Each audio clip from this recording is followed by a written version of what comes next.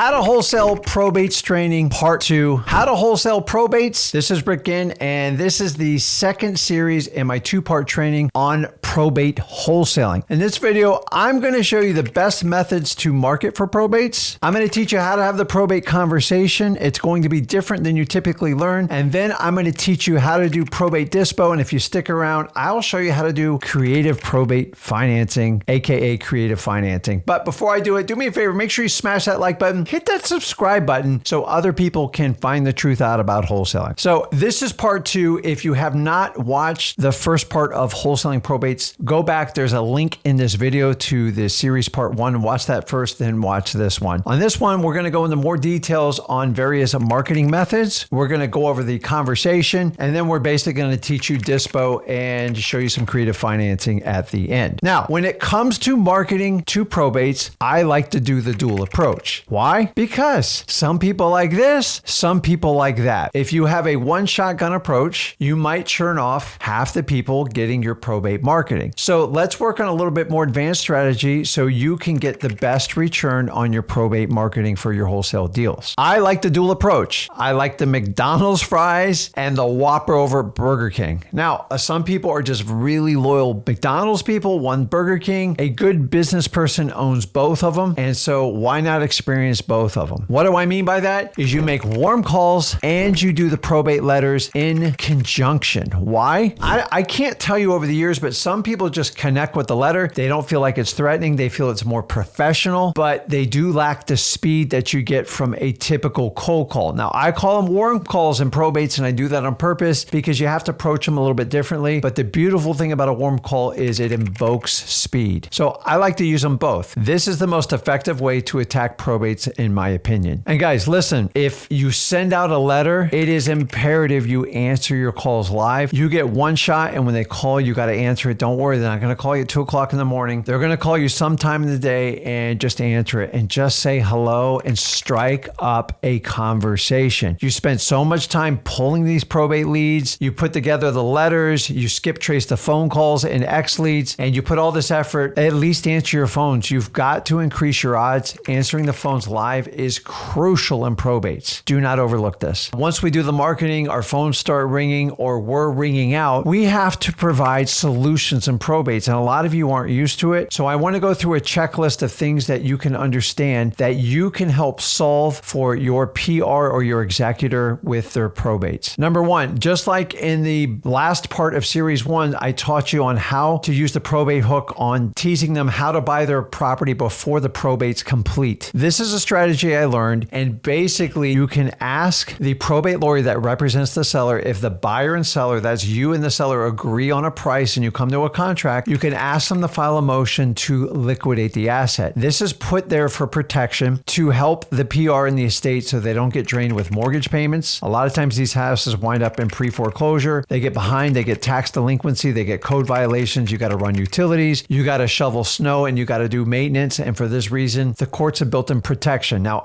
I don't give legal advice here. This is where you as the coach has to instruct your PR, the quarterback, on how to do that. How do you do it? This is where I call the referee in my title company, and they will give you instructions on how to do this. No other wholesaler is going to teach you these techniques. It gives you a massive competitive advantage because a lot of these properties are just simple probates. And once you have this judge order given, you can move faster than anyone else. Now, I'm going to let you know the lawyer's never going to share this with you. They don't like doing it. They like to drag these on and drag the fees. Buying the probates prior to it being completed is a massive competitive edge. I just gave away a huge tip for you. Make sure you use it. If you want more details on how to do this, go over to freewholesaling.com. I have a free course in there, PPS 2.0, and I go into grave detail on how to do this. Take advantage of it. The next one is the PR and the heirs can't afford an expensive lawyer for probate. We can solve that. We talked about it early in series 1. Remember, your job is not to provide the lawyer, but you can start out, you can give a referral. I do lots of referrals, and sometimes you can pay for the probate if you're getting a great deal. Now, if you don't know how to do this, do me a favor, reach out to me and Zach, and I'll JV and partner up on with you agreement, we'll split it 50-50, and I will cover the lawyer's fees and get the deal set up for you. Once again, the bigger the problem you solve, the more money you make. That's why probates are so great. So you can do a prepaid lawyer agreement. You could sign the purchase and sales agreement in advance of the probate. You can do estate sale assistance. You can do garage sales and help them get rid of their stuff. You could do a realtor referral agreement, or you can do creative financing. I'll go in that a little bit in depth on that, but probates, in my opinion, give you the most opportunity. Just for this list of reasons right here is why I love probates. Locks, a lot of the times you can't get the keys for it. Here's a little tip. If you come to an agreement and they're like, hey, my Aunt Betty has the key, she's 3 counties over, just say, I tell you what, why don't I just pay for a locksmith, get a lock, and put a lockbox on there? Wow. Once you have a lock, you have control. You have to ask for consent. Don't do it without consent. This is why these probate deals are great for wholesaling. You can volunteer property maintenance. You can get the local kid to mow the lawn. You can keep an eye on the property. Heck, you can even churn on the utilities. It's a very, very minor inconvenience expense, and you might be risking like $100 or something, but would you risk $100 to make $100,000? You can only do that in a probate, no other type of deal. And you can create property income, sometimes up to a year to do it because they're complex. The people die without a will. But if the property's in good shape, you can actually be a property manager, and with the consent of the PR, you can actually do a temporary rental on the property and create property income. Why is that important? Because you can use that money to help pay for the probate lawyer. Once again, you just provided a solution for your PR. And remember, that's how you bring value to the table in a probate. So let's talk about the probate marketing cycle. And actually, this is simple. Some of you guys make marketing so complicated. I like to simplify it because if I understand it, I can repeat it over and over. If I don't understand it, I don't even know why I'm doing it. So let me give you the Rick Ginn game plan on how to attack your marketing cycle for any probate leads. Number one, your probate letter. You have to have a universal sales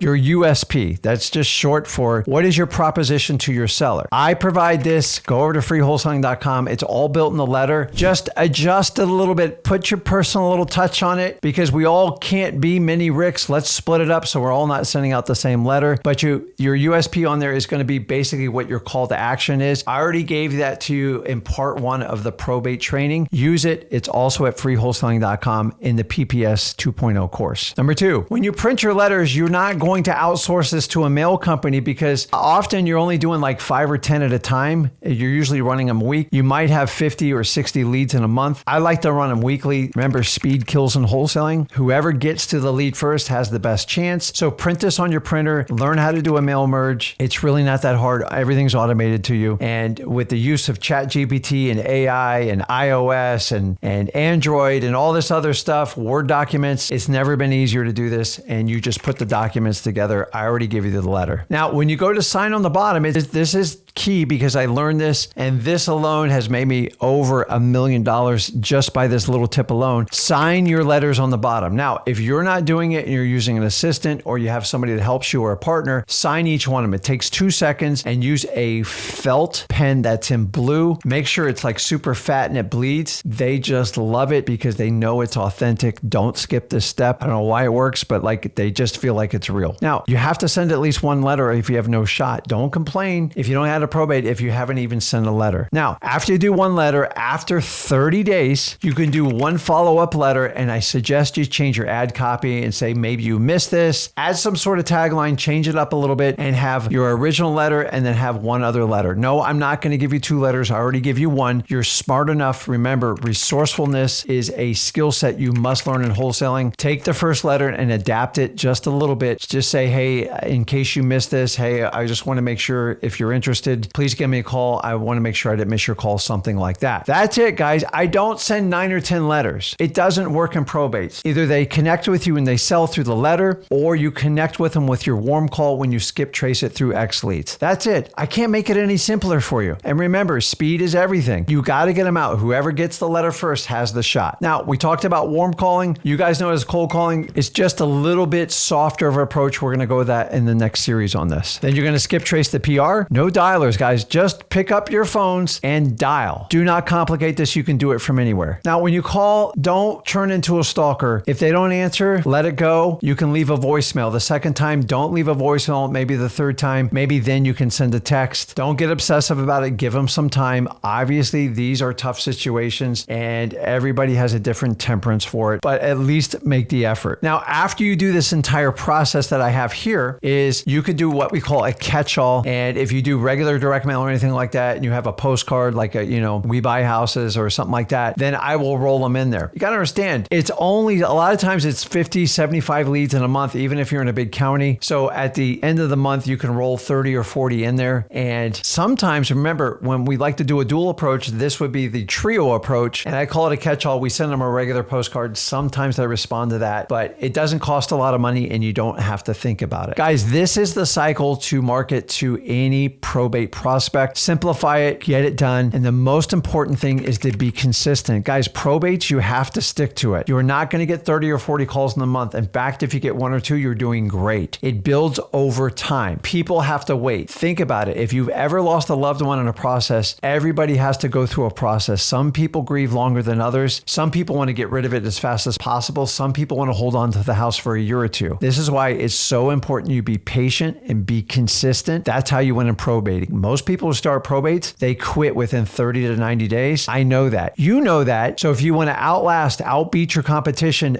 be disciplined and stick to it. How long? At least 1 year. If you can't consistently market for 1 year, don't do probates. Guys, you only need one deal to just knock it out of the park. What if I could show you 30, 40, or 100 grand on one deal? And here's the cool part. You can have a full-time job. You can go about your life. You just got to answer the phone when they call. And if it's not you, get someone that helps you with your business, someone you love that cares about your business, and answer the phone live and just train them how to be a warm, nice, sweet human being and take the seller's information. Now, we're getting ready to get into the probate conversation. And what I want you to understand is the key probate phrases. And I've put them on the screen here. And when you hear these, get excited because it is a great sign. Now, not everyone who calls you is going to want to sell their house. If they want to list it with a realtor, I just refer them to the realtor. I do not fight people on this. Now, look at this list on there. I want to get rid of it. Sell fast. Needs updating. No realtors or inspections, please. Just want to sell it as is. How long do I have to wait? This is a major headache. There's so much expensive upkeep. I'm behind on bills and they're just emotionally triggered. If you hear this is the leads you want. These are the ones we target. We got to sort through a lot of crap to get this, but when you hear this, you are on the right track. Let's move on and talk about the probate conversation. So onto the probate conversation, I broke this down in basically two sections. So the first contact is everything. It is your first impression. It is your first shot. I'm going to warn you. Some of you wholesalers like to run people over and you want to get to a deal so fast, you forget to connect with the seller. In this case, we're connecting with the PR. Some of them have an extreme emotional trigger. The person passed away. Some don't care. It's crazy. It's not our job to judge, but let me just give you a reminder how this works. Number one, you have to be an incredible listener. I'd actually, 80-20 is the rule. It might even be 95-5. The more a probate talks, the better off you are. Because when they talk to you and respond to you, it means they're comfortable in sharing their story with you. And that's how you honor the deceased. You don't honor them by talking all over them. And there's no way you can gather intel unless they give it to you. By popping off yes and no questions and like exact numbers and details, it is a cold conversation. You're not going to get far. So be a really good listener. Now, you're going to have to survive the first minute, which is the toughest. It's called the stranger danger minute. It is extremely risky in probates. So that first minute, you are going to have to go above and beyond what a normal human being does. You have to make it flow. If you can stay on the phone at least 1 minute, you got a shot. If they're like, what do you want? What are you doing? Why'd you send me this letter? You have to just take it at ease. Hey, listen, I'm just calling about the property on 5th Street. Just wanted to know if you had interest in selling it. I don't go deeply into the probate. Now, once I get them, if I'm being a good listener and I get past that first minute, I can now have a conversation. And I'm going to teach you how to have the conversation. You got to be a real human being. And the conversation is not a lot about the property. It's more about them at first. And so I gave you a checklist on things you need to do, not necessarily in this order, but what I want to do is kind of draw out their motivation. Number one, make sure they want to sell the property. If they want to sell it and the property is problematic, this is the point where they're going to start tell you some of the issues with it. Now, to do that, you're going to have to use the Ford method. And no, it's not a car. It's for family, occupation, recreation, and dreams. Try to get to know the PR on a personal basis, just like you would a regular motivated seller. It's a little weird. I'm not going to lie to you on this, but that if you can't connect with the PR, you are not getting a good deal. Now, if they have a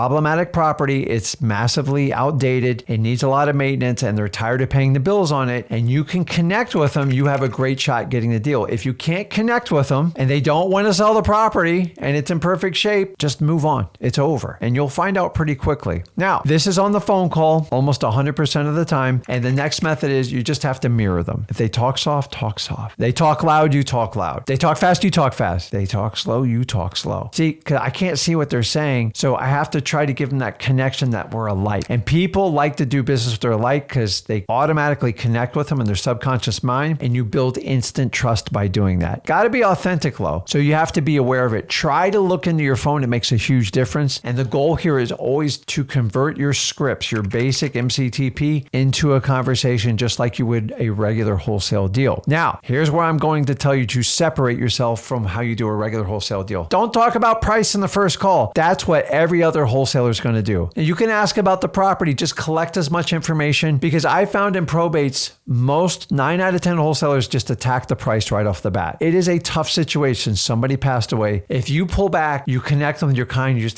just get basic facts about the property, get past the stranger danger, you survive the first call, that's awesome. You're going to have to resist making an offer or asking the price. Don't do it. That's what I do. So I leave a call to action at the end of the phone call. I said, great, Peggy, I got all the information. Once again, I really appreciate you reaching out and giving me the opportunity. Let me do a little work here, see what I can help you out with, and let me see what I can find out about the property. Can I call you back tomorrow, whatever day? You leave a little time, not in an hour, and put that window open and just try to end it on a high note. The first contact is everything. Now, let's move on to step 2 of the probate conversation. Now, you're going to have to do an additional 2 to 4 conversations. So I'm telling you right now, you need at least 5 conversations for a great wholesale deal. I used to try to run these people over. It doesn't work. If you actually take your time, it will work. You are never going to rush a PR from a probate to do a deal with you. They don't know you. They don't understand you. And guys, this is all done over the phone. I rarely meet the PR unless it's in my local community. So on the follow-up calls 2 through 4, we're going to re-engage the conversation. Now we're a friend, not a foe. We're past stranger danger. We're now going to do much more detailed follow-up questions. We're going to focus on the progression of our conversations towards an offer. Every time I talk to them in those 5 conversations, I'm getting closer. Now, when you make the offer is not as critical. All I ask is you don't make it in call number 1. Make sure you accent your commonalities with you and the PR. Remember, it's about building rapport is built by authenticity, and that leads to trust. You're going to have to earn it. You're not going to do it in the first phone call. And make sure you reinforce what the PR's wishes are. If I want to get this house sold quick and they want you to help them get the contents out of them, help them. Solve the problem. Start working on solutions for the PR. And at the end of that call, create another call to action and go, listen, I'm going to go by and take a look at the house. I'm going to send my partner by there. And what we're going to do is start formulating some numbers and see what we can do for you to help you out. And also, I'm going to look in the garage and try to help you out with that stuff. I'm going to change the locks or whatever. Now, I usually don't get to the locks till we get to a final contract, but keep in mind, the more problems you can solve for the PR, the more likely you are to successfully get that deal, the contract. Now, I'm going into the third part. I know I said 2 parts, but this is an extension of number 2 here on the final call. We're going to review the property facts. Now we're definitely good friends. We got a lot of the information. We got a couple Q&As going back and forth. And now I'm going to invoke the PR's emotions. Most people in those, they're emotionally attached and I want to help them. I buy these houses all the time. They're like, Rick, I can't go out to the house. I go, not a problem. We'll go out and take a look at the house for you and we'll report back to you. See, I already know they're emotionally attached. You should be. That's what humans being do. Now, at this point, I'm confirming a personal conversation. I'm trying to get a smile, a laugh, anything I can. Sometimes some people take this very hard. Some of them are very cold. Not my job to judge them. It's just my job to help solve their problem. And at this point, I'm going to ask the PR what they need to move on with this property. Now, sometimes they give it to me and sometimes they don't, and they come back to us. At that point, it's just a matter of how urgent they want to get rid of the property and all the issues with the property. At this point, now you have all that information, and this is where you get into the numbers. A lot of these properties need low offers. I'm telling you guys, they're still fine with it. You can still do the go for no. You just have to be longer and nicer about it. And most importantly, make sure you honor the deceased. They want to tell you a story, just go into it. I've had people go on hours on these. I'm okay. You talk to me hours for $100,000 a month, but you know what? I'm here to help people first. I put profit second, people first. You should too. Make sure you honor the person that passed away, especially the PR, because that's the person that's usually the tightest with them. Now, Now, I'm going to reemphasize my sales hook, my USP, my universal sales proposition. And wouldn't you like to get this property sold prior to the probate being done? Once again, go over to freewholesaling.com, PPS 2.0. I give you the training on that. And then this is where we get in the final offer. And honestly, I usually don't get as much resistance here. Once at this point, they're itching to get to the number. Everybody else wants to slam it. I do it at the end, and just make sure you mirror the PR. Now, let's get into the last part, which is going to be probate dispositions. This is the easy part, guys, because if you get a great deal, the property's vacant, you have more options. Rick, I've never done a wholesale deal. This is perfect. And if you're uncomfortable, reach out to us. I'll JV with you. These are my favorite deals to do. You're going to put a lockbox on the property. If you can't find the key, or they say Aunt Betty's got it and she's 3 states away, just pay for a locksmith, probably $100 or under, get permission on it, put the key in the lockbox, mail them a key, and now you have complete control of the property. And your job is to drive traffic volume to the property. And because you have time, you're going to seek the best offer for the highest price. Did you hear me? The best offer. That's someone who pays cash, that wants to do an assignment that has the highest price. Make sure you do it in that sequential order, and make sure your buyer's okay with an assignment of contract. If they've never heard of it or anything like that, have them go through your title company and let them vet them and let them explain the process so they know it's legal, it's compliant, and it's all insured. And this point, once you know the assignment price to your contract, the validity of your buyer, you're going to work with your title company to coordinate, and we can either speed up the process of the probate, try to get the lawyer to push the paperwork faster, or if you need more time, the title company can typically buy you an extra 30 to 90 days on any probate. This is one of my favorite parts of probates because there's a lot of paperwork to be done. And if your title company's in your corner, they can speed it up or they can extend it out so you can fulfill your PR's wishes and give them exactly what they want. Now, guys, I saved the best for last. Remember, I kind of hit it towards the creative financing. I'm going to let you in a little secret. My best creative financing deals always come from probates. I want you to think about this. When they go to sell the property, whose name is the loan in? It's in the deceased names. What is the biggest risk of taking over creative financing when you do a subject to? Are you going to default on the loan? So if the PR, if I cashed the,